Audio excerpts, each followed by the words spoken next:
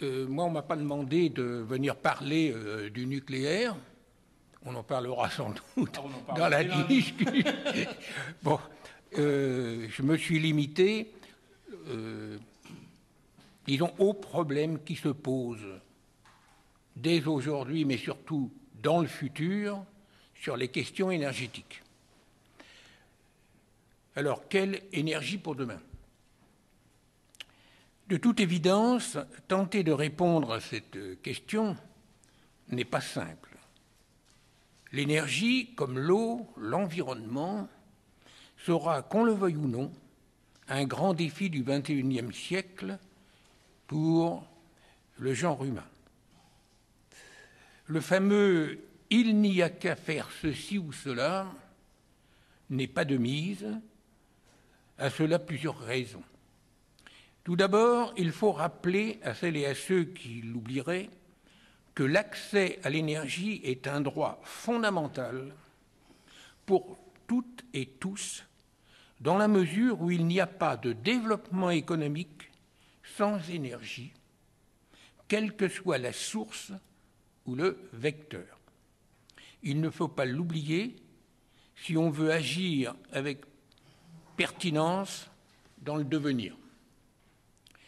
Historiquement, c'est bien connu, le feu recueilli puis le feu allumé furent les premières découvertes énergétiques de l'homme. Ce sera ensuite la culture des plantes qui, elle aussi, est de l'énergie, dans la mesure où on utilise la chimie des plantes.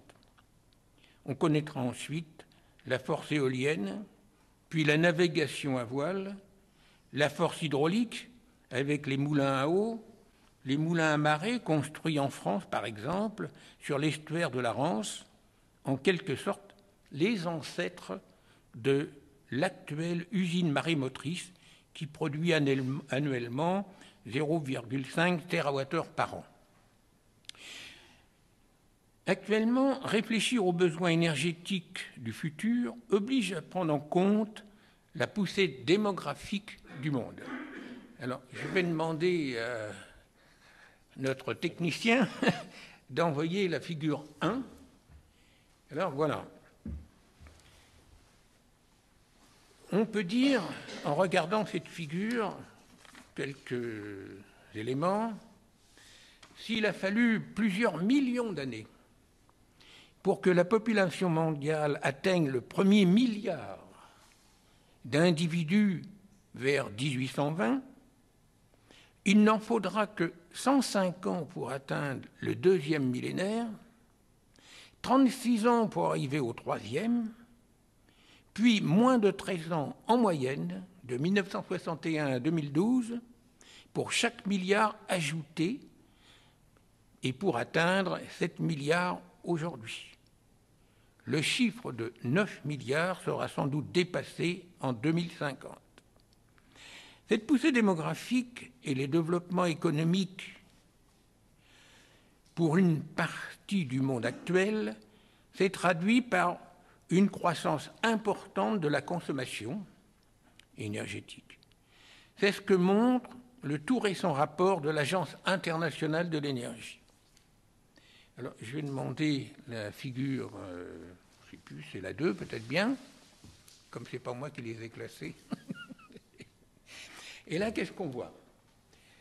Alors, l'intérêt de cette figure, c'est que on compare 1973 aujourd'hui.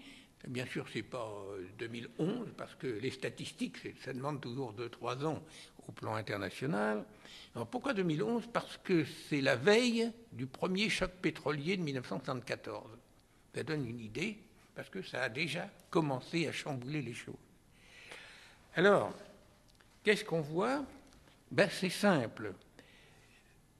Si on revenait sur la courbe précédente, on verrait qu'en gros, autour de 1973, nous étions un peu plus de 3 milliards d'habitants à aujourd'hui, où on est 7, c'est-à-dire qu'on a doublé le nombre d'habitants et en même temps, on a doublé notre consommation. Alors,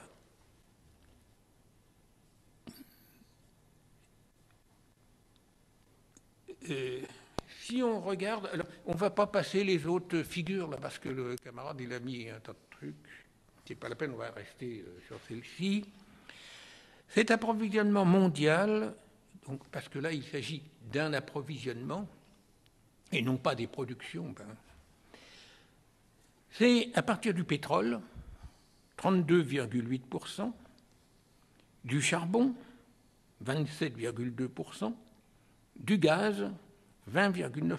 L'ensemble de ces énergies, qui théoriquement devraient un jour disparaître, ça représente 80,9% de cet approvisionnement aujourd'hui. De la biologie et déchets, il y en a 10%, du nucléaire, il y en a 5,8%, de l'hydrogène, 2,3%, et des divers, 0,8%. Cette production, on constate sur cette période l'évolution suivante. On a multiplié, disons, du côté du charbon par 2,33. On a multiplié du côté du pétrole par 1,36. Je veux dire par là, quand je multiplie par 2 ma consommation, là c'est à l'intérieur, comment ça s'est passé. Côté gaz, on a multiplié par 2,54. Évidemment, dans le nucléaire, où il n'y en avait presque pas, on a multiplié par 13,26. Dans l'hydraulique, on a multiplié par 2,54. La biomasse et les déchets, on a multiplié par 1,91. Et les divers, c'est-à-dire la géothermie, le solaire, le vent, on a multiplié par 16,54. Ça donne un peu une idée de cette évolution. Mais attention, si on s'en tenait à ces seuls chiffres, certes réels, ce ne serait pas suffisant pour avoir une vue juste des choses par rapport aux besoins des populations. En effet, les inégalités dans le monde actuel ne sont pas acceptables. À cela, plusieurs raisons.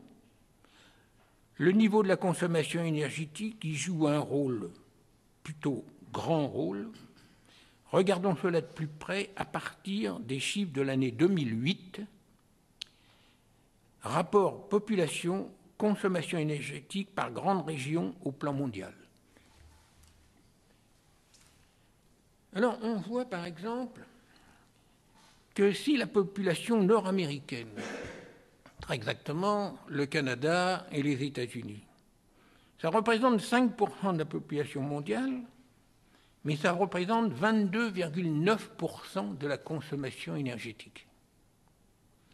Si on prend l'Europe et l'Eurasie, donc y compris l'ex-URSS, 10,84% de la population pour une consommation de 26,3%. On voit là déjà que ce sont bien les pays les plus développés qui ont le maximum de consommation. Au Moyen-Orient, pour 3,39% de la population, on voit 5,5% de la consommation. En Asie et Pacifique, avec 57-59% de la population, on ne consomme que 35,5%. En Amérique centrale et du Sud, avec 8,50% de la population, on consomme 6,6% de la consommation énergétique. Et en Afrique, avec 14,67% de la population mondiale, on ne consomme que 3,1%. Cette première approche montre des inégalités importantes, mais allons un peu plus loin. Regardons par tranche de consommation exprimée en tonnes équivalent pétrole. C'est la photo d'après.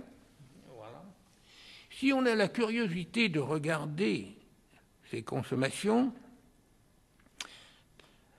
et qu'on compare notamment avec la France, on peut voir que plus de 3 milliards de terriens consomment moins qu'un Français de 1938, dans les conditions actuelles. et que 5,6 milliards de terriens consomment moins qu'un Français d'aujourd'hui. Si on regarde la consommation électrique, par exemple, pour ne prendre qu'un exemple, qu'est-ce qu'on voit? Plus d'1 milliard d'habitants consomment moins d'électricité qu'un Français de 1938. Et 5,7 milliards de terriens consomment moins qu'un Français d'aujourd'hui. Et encore, s'agit-il là de moyenne, puisque l'ONU estime à 1,6 milliard de terriens qui n'ont pas accès à l'électricité.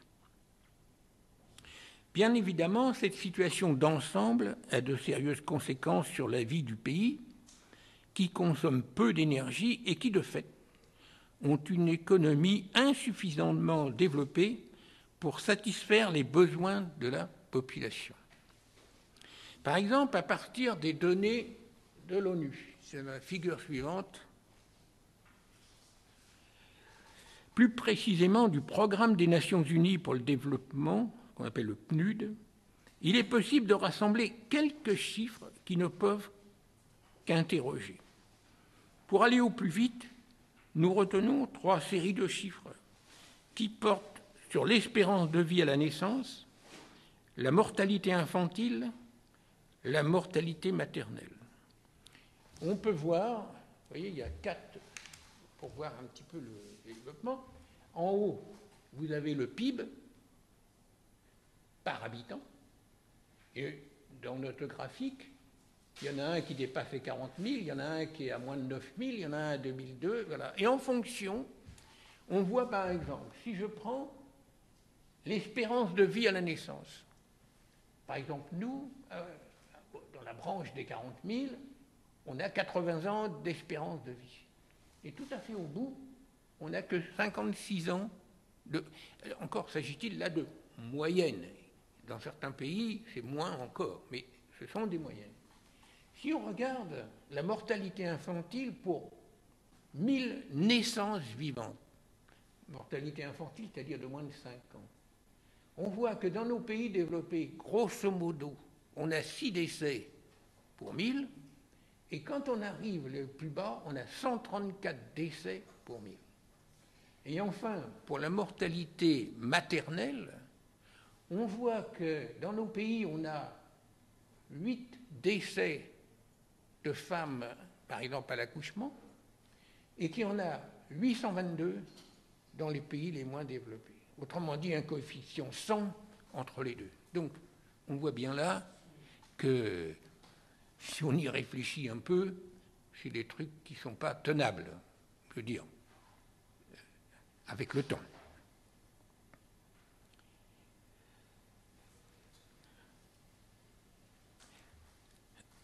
Alors, à partir de données non-nues, comme je viens de vous dire, on voit un petit peu tout ce qui ne fonctionne pas.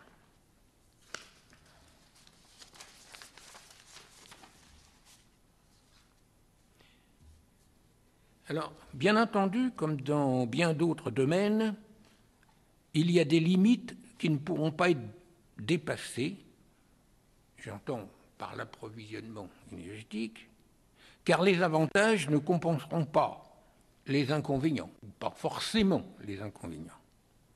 Une consommation énergétique mondiale excessive sans mesures adoptées pour limiter la production de CO2, par exemple, pourrait s'avérer très nuisible pour l'environnement et donc pour l'homme lui-même.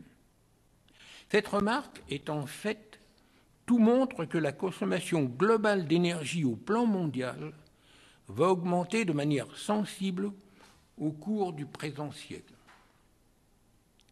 Dans les débats actuels sur l'évolution future de la consommation énergétique mondiale, certains proposent une réduction drastique de la consommation des pays les plus développés du monde actuel. Alors, hypothèse d'école. Ramenons la consommation à 2,25 TEP par habitant en France. Nous sommes à 4,16, 4,20 selon les années. donc pratiquement à la moitié de ce que nous consommons. Et à condition que je vous dis, c'est valable pour tout le monde.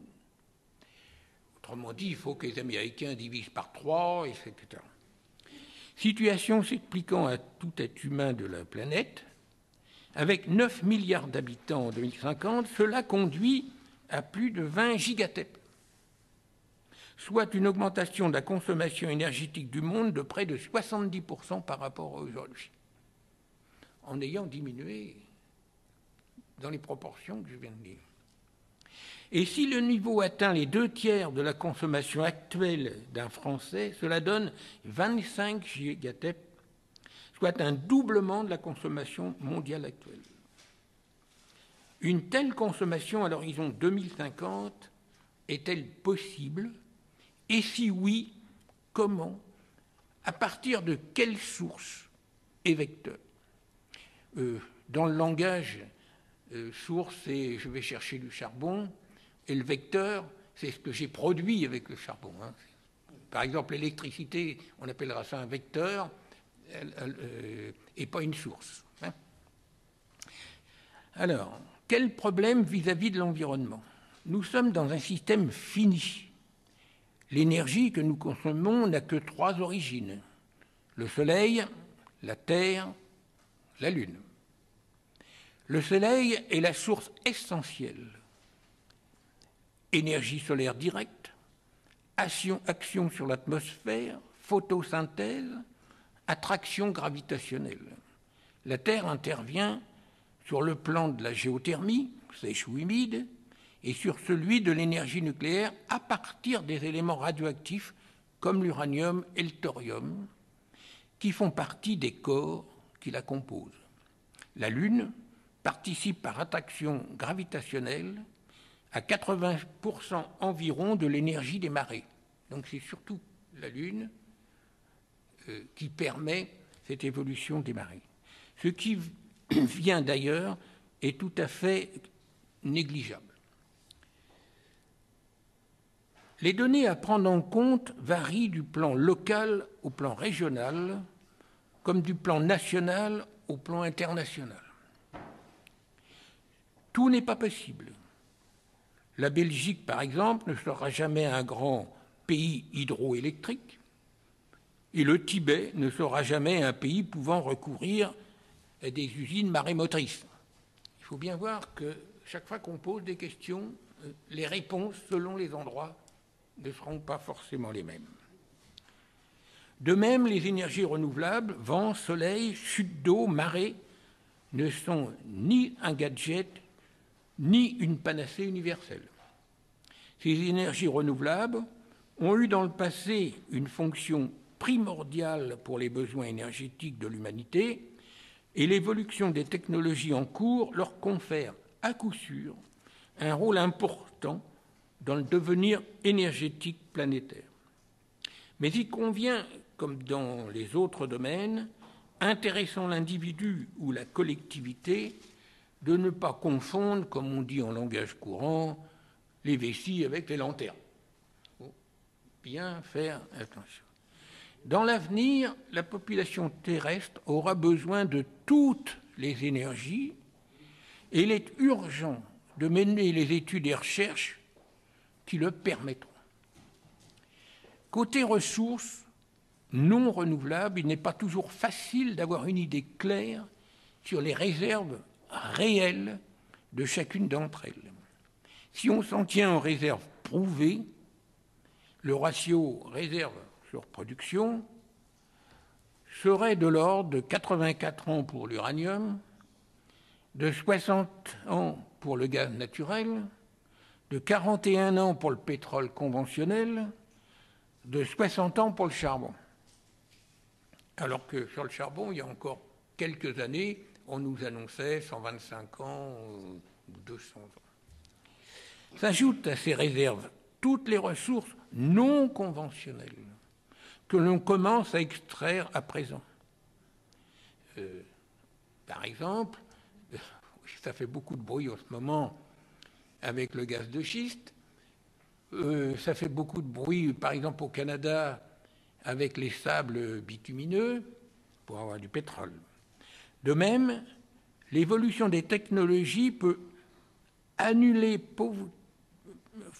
positivement ces chiffres, comme par exemple dans le nucléaire de fission, avec les réacteurs de 4e génération qui, dans le cas des surgénérateurs, produiront 50 à 60 fois plus d'électricité d'une même quantité d'uranium. Donc, quand je dis aujourd'hui j'ai 84 ans de réserve par rapport à ma production d'aujourd'hui, ça ne veut pas dire grand-chose.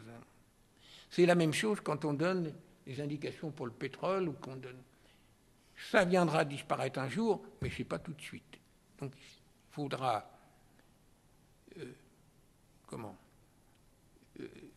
bénéficier, il faudra agir de manière à ce que, quand ces réserves ne seront plus possibles pour une raison quelconque, on puisse les remplacer par autre chose.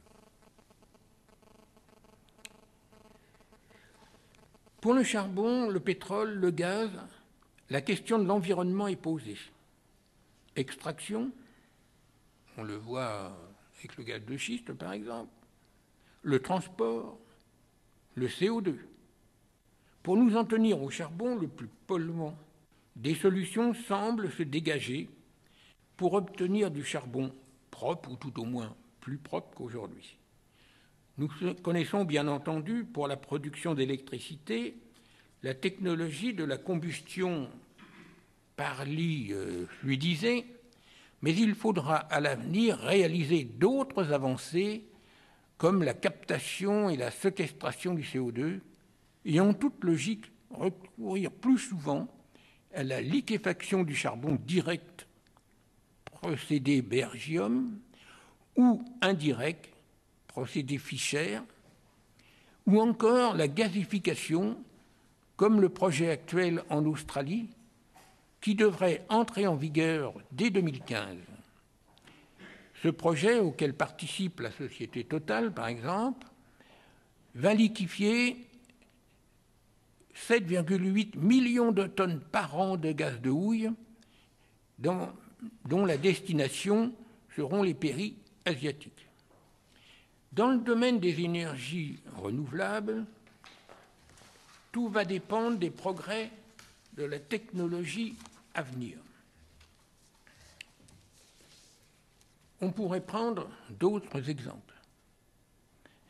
On a, par exemple, dans le domaine maritime, si on peut dire,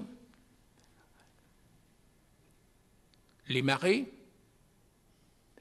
comme on a à la Rance, mais il n'y a pas tellement de sites dans le monde qui sont adaptés à ce genre. Par contre, si on ne parle non pas d'éoliennes en mer, mais d'hydroliennes,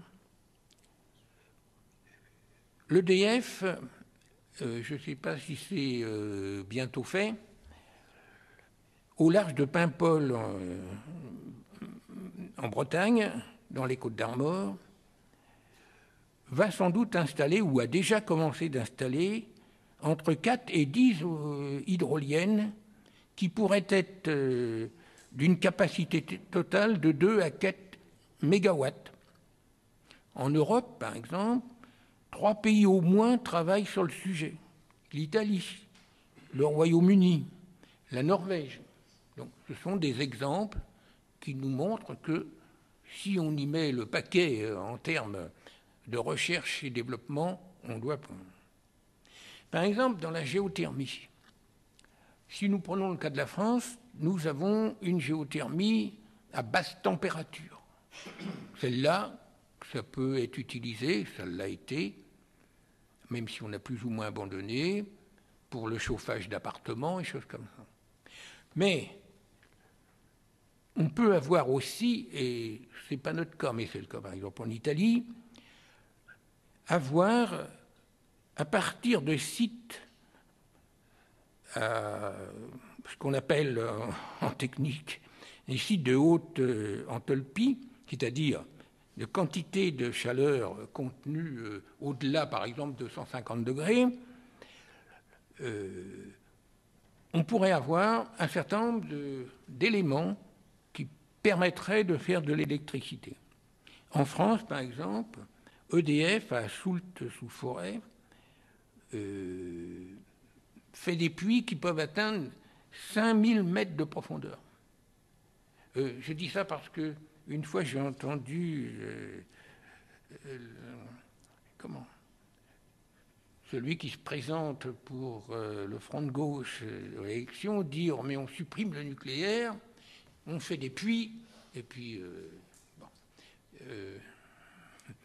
là encore, il faudrait quand même regarder les choses un peu plus. Alors il y a d'autres choses techniques qui pourraient avancer aussi, qui ont été étudiées pas mal au CEA, puis abandonnées dans les années 60, qui est la magnéto-hydrodynamique. Pourquoi? Parce que ça permet de produire de l'électricité sans passer par l'intermédiaire d'énergie mécanique, et ça donne un rendement qui peut être de 50-60%. Par exemple, dans le nucléaire actuellement, notre rendement, c'est de l'ordre de 33% avec les réacteurs d'aujourd'hui. Avec des surgénérateurs, ce rendement pourrait monter à 40-45%. Donc on voit bien là qu'il va nous falloir, secteur par secteur, bien mesurer les choses et faire travailler nos ménages pour arriver à trouver des solutions qui permettent à tout le monde d'avoir son énergie.